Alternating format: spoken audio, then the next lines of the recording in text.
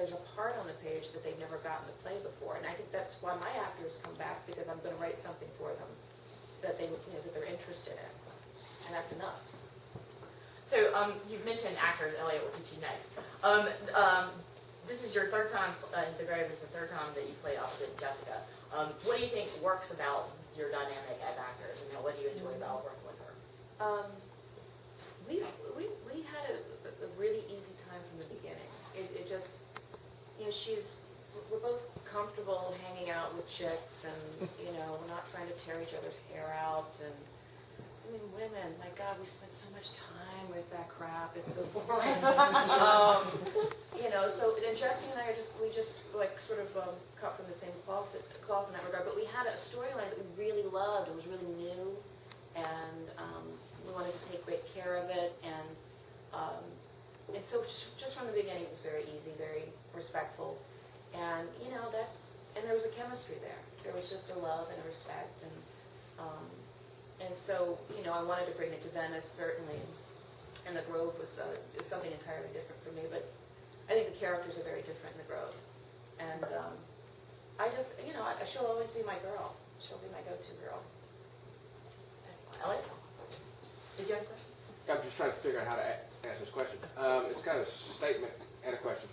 I got into this business about 20 years ago, and it's my second and my third career. I didn't realize when I got into it that it's a very sexist kind of thing. And I didn't realize it until I started hiring females, because I liked female DPs because they just got such a really good eye. And we were working at a job in Atlanta with some pretty high-end folks, and there was a lot of comments where, it was just sexist stuff happening.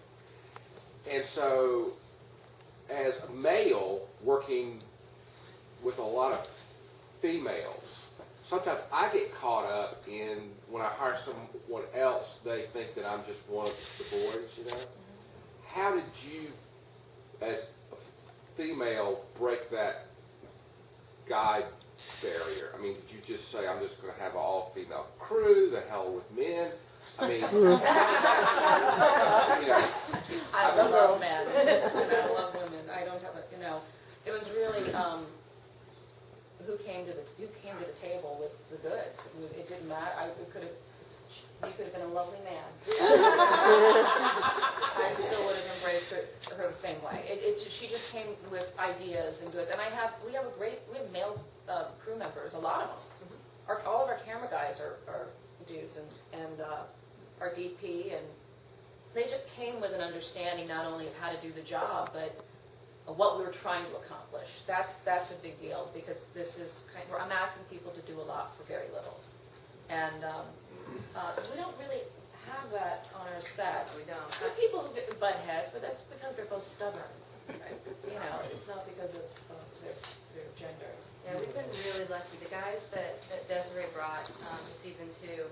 And I know exactly what you're talking about, because even in my industry, working on the local station side, the amount of that male wall that you hit every day in meetings, just your opinion, the guy will actually talk over you because your opinion is so minuscule compared to, the guy sitting next to him who's saying the exact same thing. But we were really lucky. Desiree brought on a DP that really got it. And he really liked Crystal, and he really liked the idea. And then he turned around and brought on another DP because he got hurt. And then all the guys because like she said, all the guys that we have on the set, not one of them has that thing. All of them respect what she's trying to do. They respect what she's trying to build. To the point where Woody, we have this great audio guy. He's so fun. He talks hilarious. He's just, I love him. He keeps me calm. And we put him in the weirdest places. We put him in the garage, She's right? trying out that southern accent. And it's more than that. It's real slow. And it's just like, my God, you'll never die of a heart attack. He is, when you see him for the first time, you think he's going to be that kind of guy, right? Yeah. You really think he's going to be like, little lady baby, you don't know what you're doing type thing.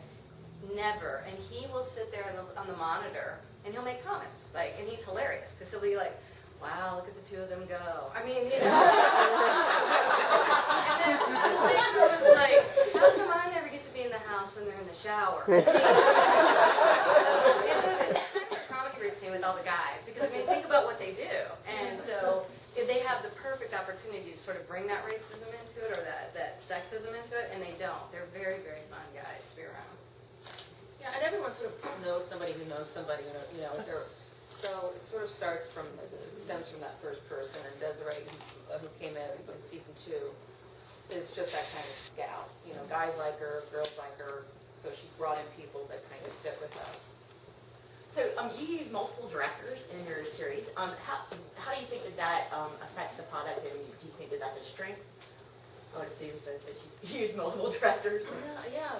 Well, you know, and they came to the table with, they're different. They're all different. Susan's more of an actor's director. And I could comment. I love Susan Flannery. She'll talk to you like, hey, you know, what are you doing? Like, you know, and so as an actor, she gives good notes. She gives really good actor's notes. And so she's terrific that way. Karen is I give her some of the bigger scenes because she's super fast. And you know, she's more of a technical director, but she's super fast. And the actors at this point know who their characters are and know what they need to do. We're always on set. Albert Allard came in. He's a beautiful visual director. So it's been fun